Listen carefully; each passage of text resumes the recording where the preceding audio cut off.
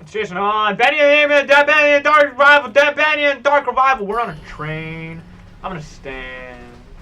We get into it, you know. Here at Jason Hahn Incorporated, we get into it. Why did you stop talking? You were like, oh, save my father. And then you just stopped talking. Okay. Whoa, hey, that my pie? Is it still charged? I left this thing charged. It better still be charged. This place isn't as safe as it once was. Yeah.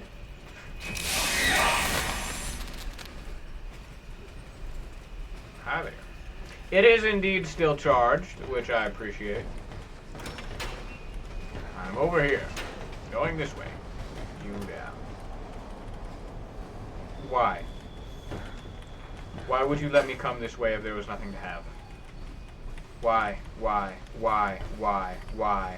Is it post-game secrets? Like if you get, do you get the secret finder again? Do I steal that contraband? I'm fishy. I'm not fishy, something's fishy, and I'm smelling the fish. Smelling the fish! Took a screenshot. I did take a screenshot. It didn't pop up on the recording, but I did in fact take a screenshot. Guy told me he took a picture. He took a picture.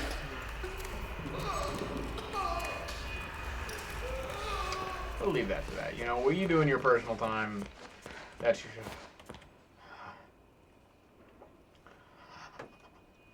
show.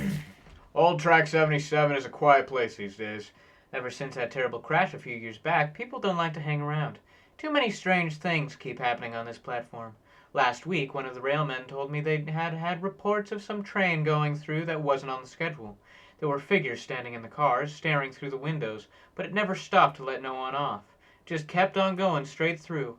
Some say it was the Silver Lane Express, the train that crashed. Kitty Thompson. Are you Kitty Thompson or are you Dinah Dean? Marry me. Alright, let's carry on. Look at those weeds. Haha, look like tentacles. That's crazy, isn't it? That's crazy. That's crazy. These, I've just considered, these garbage cans are very full of a lot of garbage. It's crazy. A lot of stuff. Alright, well, I'll leave you to that. Hot, honestly. Alright. Smash. Yum. Not illusion. Okay. Really? Garbage. One of these days, there's gonna be something in one of these garbage cans. Oh, hey, Willie, I forgot about you. The demon's evil continues to spread. Does it now? Ah, sorry, hang on, having a migraine. You shut up. I know. Be quiet. Don't say that out loud! Nothing. It was nothing. He clearly couldn't hear. What, you dumb? You dumb? Almost there. How'd you like it if I was having a conversation with you and then I was just like, be quiet! You know? Just some... Well, you didn't have to lock me in like that, I mean...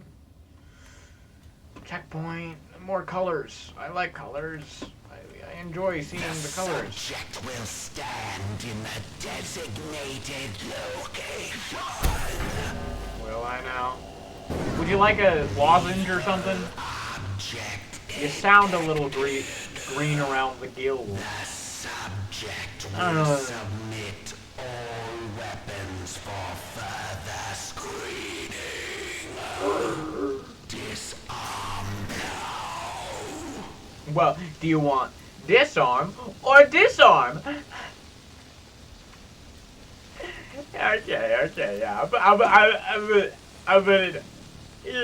Can I have the Tommy gun?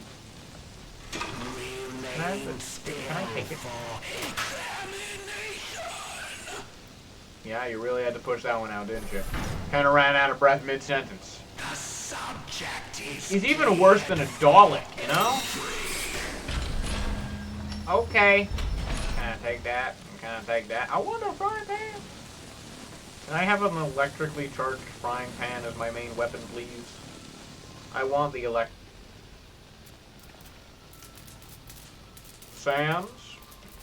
Sans Undertale? Civilized world. Welcome. How do you like my signal towers? They nullify What's the the signal demon's tower? Is powers, so Piss you Fountain? cannot pass them. I wish I could say Oh, I the invented big old them, zappy zappies. but it Okay, seems our friends at the Gent Corporation had a demon problem of their own long ago. Yeah. We just, oh, nice. There she is. There she is. Nice picture, my dude. I bet it totally happened like that.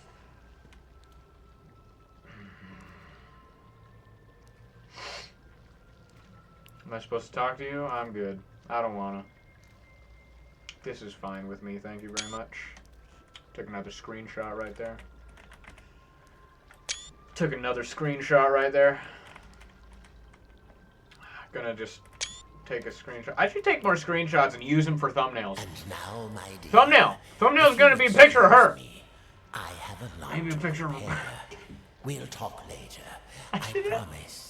The picture's gonna... The thumbnail's gonna be a picture of her boobs. Very tired. Thumbnail's gonna be a picture of her boobs. Rest will do you good. Betty will show you to Betty. her room. She's my Betty, housekeeper, you say? among other things. You never actually killed the ink demon, did you? Oh, did he just No, figure that out now, He's Audrey? too powerful to destroy. So we sealed him away, trapped him in a different form, one that was smaller. He did big. It was a He fitting did big. prison, although He he did all seems he- to Come have here, found a now, way I'm to gonna eat free you. himself. He's nutty. But enough talk. We'll deal with that. Send me and Betty to the bedroom, please. Send me and Betty to the bedroom. Come on. Nice Yep. fresh blankets all Betty, laid we out gotta for go to you. that bedroom right You'll be now. Right dreaming stat. time. Wait, Wilson?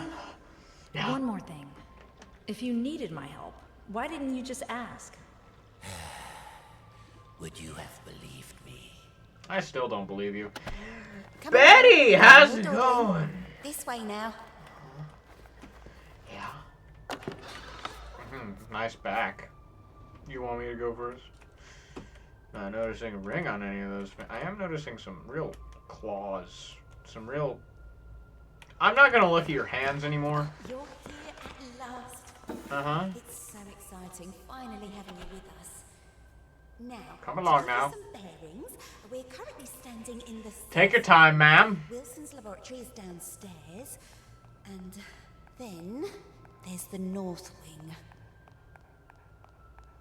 Smash. Ah, yes, this way. The North Wing. Is this the North Wing? The ink demon got in there a while ago. Oh, And did he ever now? since, we've had to keep the North Wing locked up tight. I'm May I afraid ask how it's he did fallen that? into You know, ruins when you by have your now. big All those ink juicy, demon protector lovely things? books gone to waste. Only keepers go there these days, and they'll tear you apart limb from limb if Wilson isn't with you. So, mind your distance, and you'll be just fine. Thank you, Betty. Do you got? Do you have a little bit? Do you crank up the speed just a little bit more?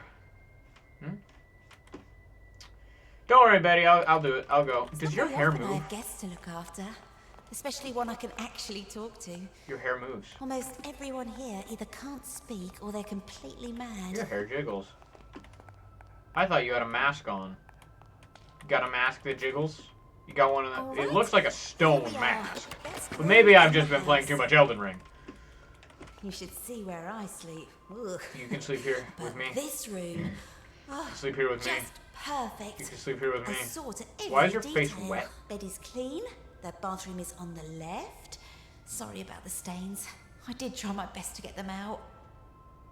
What kind of stains? You want to go make some stains in there with me? Oh! Anyway, I gotta go take a leak. Gilson! Gilson, shit. Betty, come sit on me. Alright. I jest. Smash me. Ooh.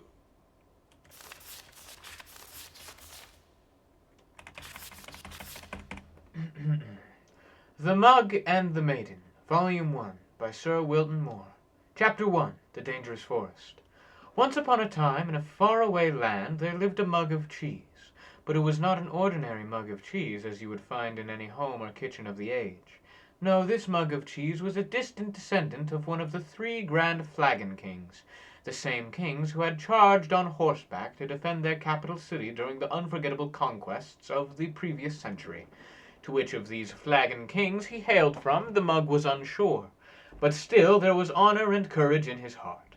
His family line heralded of deeds long past that had forever changed the course of Stoop history. Did he have a name? Of course, all mugs have names. This is common knowledge, just as every fruit bat is really named Stanley. The mug of cheese was named Richter the Cracked. What a name, I can hear you say. Cracked indeed, this mug of cheese bears no damage that I can see. Fall silent, you small-minded bass.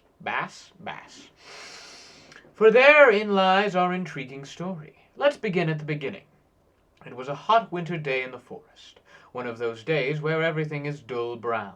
The lake was still, the birds had shut up, and the trees were but sticks in the overcast sky, save for a lone pine that skimmed the clouds above like a painter's brush. Sorry. It was on this day that Mr. Darble Mouse was in a hurry.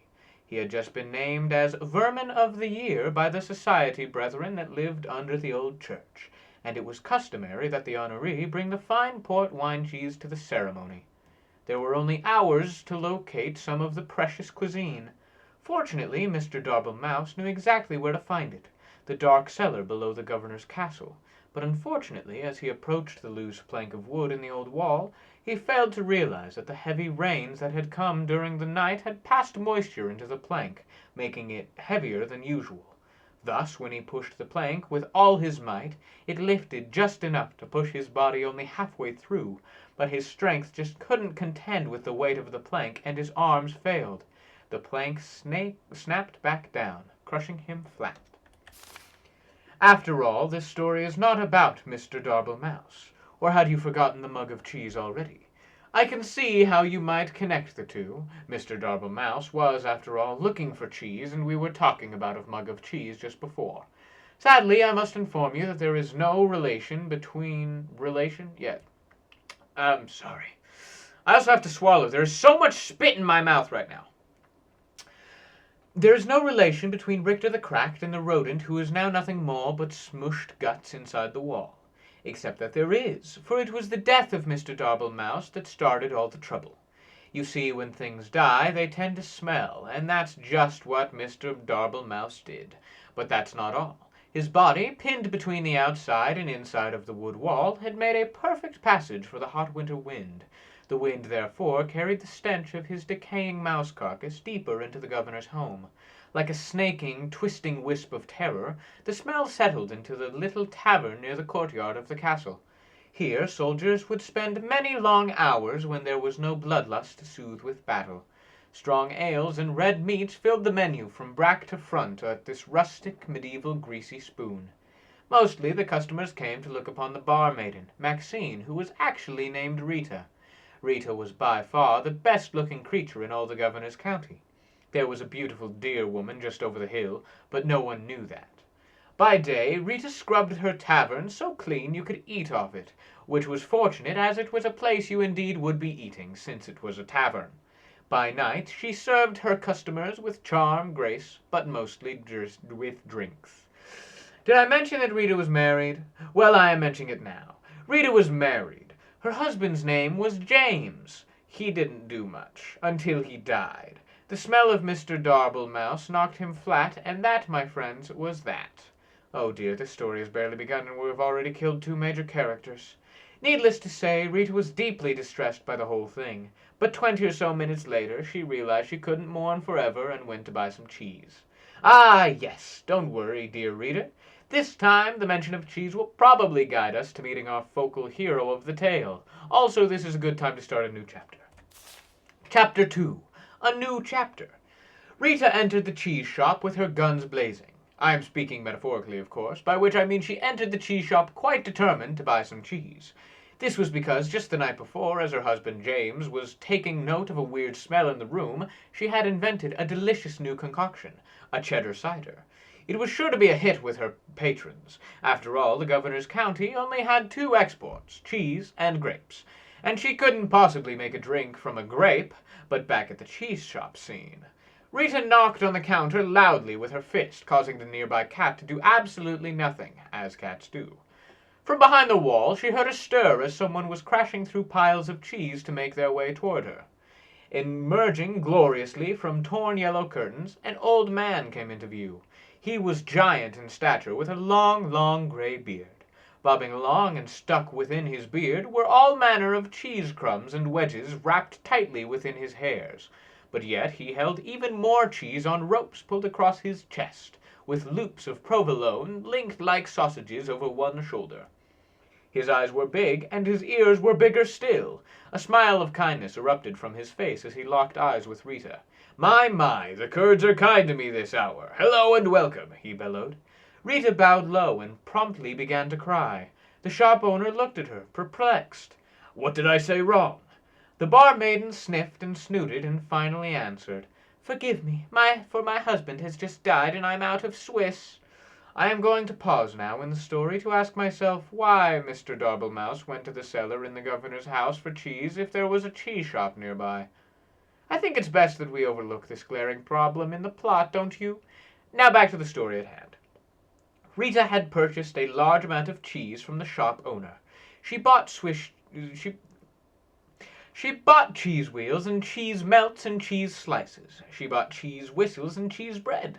She bought cheese paper and cheese sandwiches. She bought so much cheese, in fact, that she had lost track of all she had obtained and just dumped all the fromage into a large burlap sack for the return journey to the tavern. Goodbye, Rita, the shop owner called as he waved farewell. Goodbye, Daniel, she called back. His name was Murray, by the way. Overburdened by her treasures, Rita made her way home, following the main road to the castle. But, as it always happens, the road was now under repair. A man with a skinny mule was plowing up the dirt so that he could put down new cobblestone. 4 of his associates were standing by, watching him. The job would only take a few years to finish, but Rita was in a hurry, so she followed the detour sign that told her to take a different road to the left. Unfortunately, no one could read in the governor's county, so she went right instead. This mishap took her deep into the forest where absolutely nothing of interest happened. Except something of interest did happen. As she trotted on through the forest, her sack of cheese weighing her down, muttering complaints all the way, little did she know that danger lay just ahead. This danger was cunning and dangerous, and had one of those out-of-place eyebrow hairs that drives you nuts when you're talking to someone who has one. This danger we will call Bernard, the big, ugly lizard man who wears a blue cloak. I can read so good. Bernard didn't often have visitors in his house. This was because he lived outside. Also, he was rather fond of human flesh, which made him very unpopular. So obviously, you can see the drama unfolding here. The beautiful but tired Rita huffing and puffing up the winding path as she approaches a certain doom. Bernard, watching from behind a nearby tree, licking his lips. Oh, the tension is tense, is it not? At this point in time, we must pause again to ponder all the possibilities that can happen in our story. 2 characters have died already. Surely a 3rd won't hurt anything. Are you perhaps just reading this story because you want to see who will get the axe next? You are a little warped, do you know that? Well then, let's see what happens next. Bernard stepped from behind. God damn it! I was so good at the beginning. Now I'm just deteriorating. Bernard stepped from behind his hiding place, his eyebrow hair gleaming in the fading sun. Dear madam, why must you pass through so fast? He called with his eyes glimmering. I must go home, Bernard, because for one, it's getting late, and I have a customer to serve. I have customers, plural. God damn it! And second, because you eat people, Rita replied. Poppycock! Balderdash! Codswallop! I won't hear these lies against my character, he detested. For I, Bernard, the big ugly lizard man who wears a blue cloak, have completely reformed myself. Rita squinted suspiciously at him. You have? Bernard put a hand to his heart. I have. I no longer prowl or pounce. I won't attack or bounce. I will not kill or maim or tear. I won't crush or even bite you anywhere. I promise I won't devour any more. My gosh, you've become a bore. If you aren't going to be the danger in this story, then I've come all this way with 100 pounds of cheese for nothing, Rita grumbled. She boosted her sack further up her shoulders and turned with an angry grunt.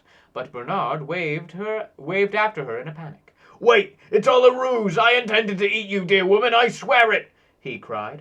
It's all a trick, you see. A new angle. It worked on some guy yesterday. Oh, please stay. Rita sighed, her strength just about gone from the long adventure she had taken since she left home that morning. She turned back to face Bernard. All right, she said. Hang on. All right, she said. All right, she said. But your part in the story better lead to an unexpected turn of events. Oh, it will. Bernard clapped and waggled his clawed finger to motion her to draw nearer. Shit. Just wait until the next chapter. How much is... Oh, my God. Chapter 3. The next chapter. All looked quite dire for Rita. Bernard had her within his grasp. Surely it would just be mere moments before his jaws clapped upon her head. Oh, what a horrible end for Rita. Needless to say, I am worried for her. But as luck would have it, miles and miles away, 20 years earlier, something amazing happened. 2 mugs of cheese, a Gouda and a mozzarella, welcomed their first son into this world. I don't think I need to tell you his name. It was Dave. No one liked Dave. After that, their second son came forth, Richter the Cracked, just called Richter at the time.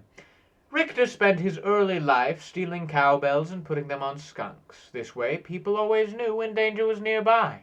Needless to say, Richter was one smart mug of cheese. But all could not remain perfect forever, and suddenly the great skunk famine began. Richter found his world in array, and he sought a new purpose. Fortunately, there was an opening in the governor's county for an adventurer at the time, and since he was a descendant of the 3 grand flagon kings, he was boosted to the head of the line, because as we are all quite aware, even in the olden times, it's not what you know, it's who you know.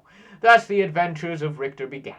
He braved the deep dungeons, he slayed the great beasts, he climbed the highest mountain peaks, he sailed around the world despite the fact that he didn't own a boat. Richter was truly the stuff of legend. But did I mention the curse?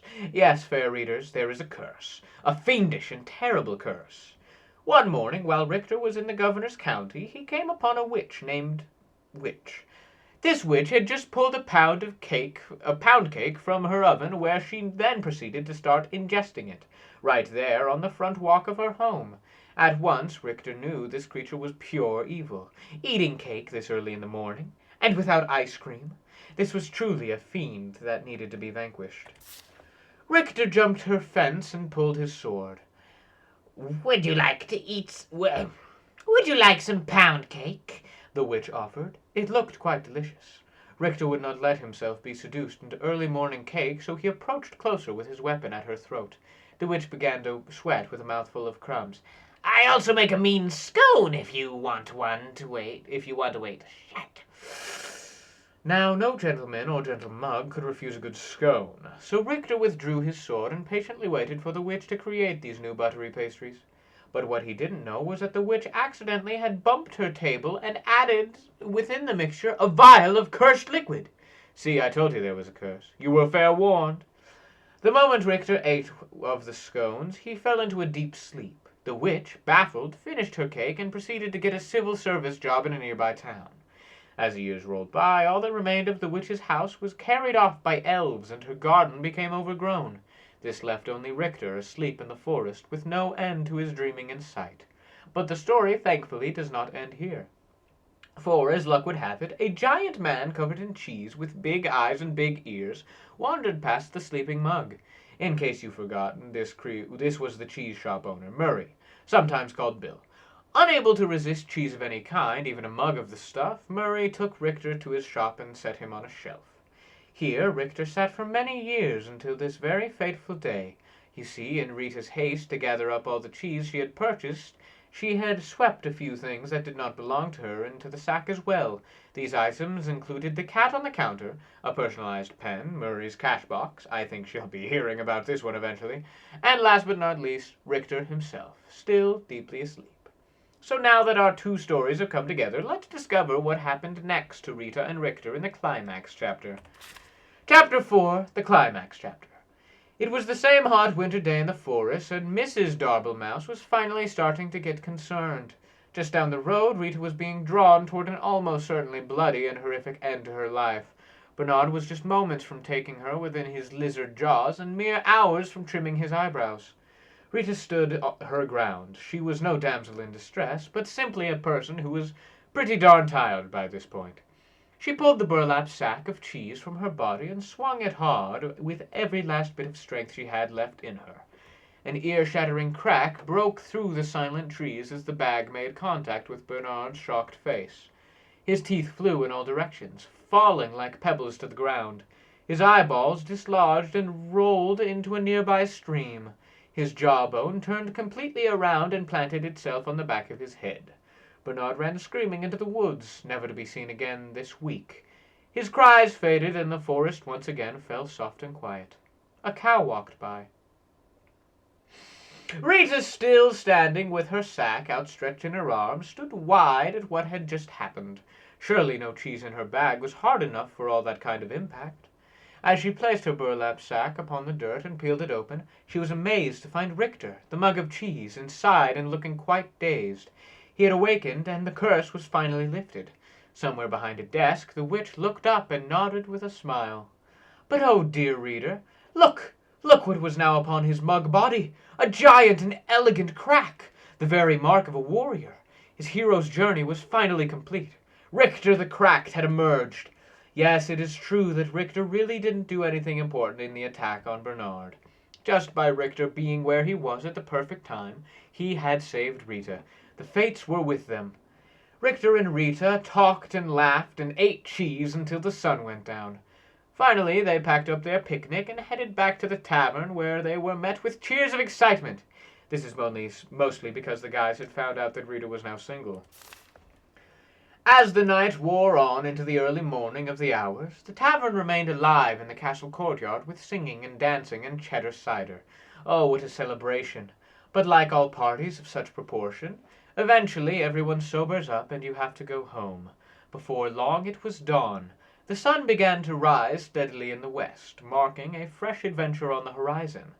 A wind of a new direction began to blow with a more steady pace. It skittered across the ground and found its way between the floorboards of the governor's castle.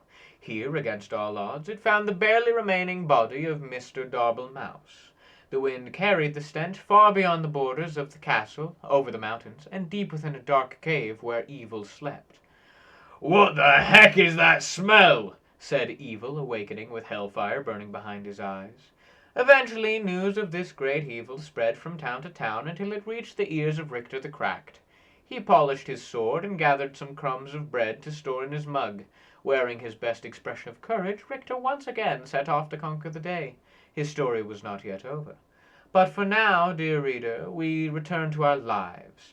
So let us end this tale with one closing thought, shall we? Be we cracked, or small, or even dead, there's always a purpose to where we are led. Be brave and strong, and lest we forget, fate isn't quite done with any of us just yet. The end.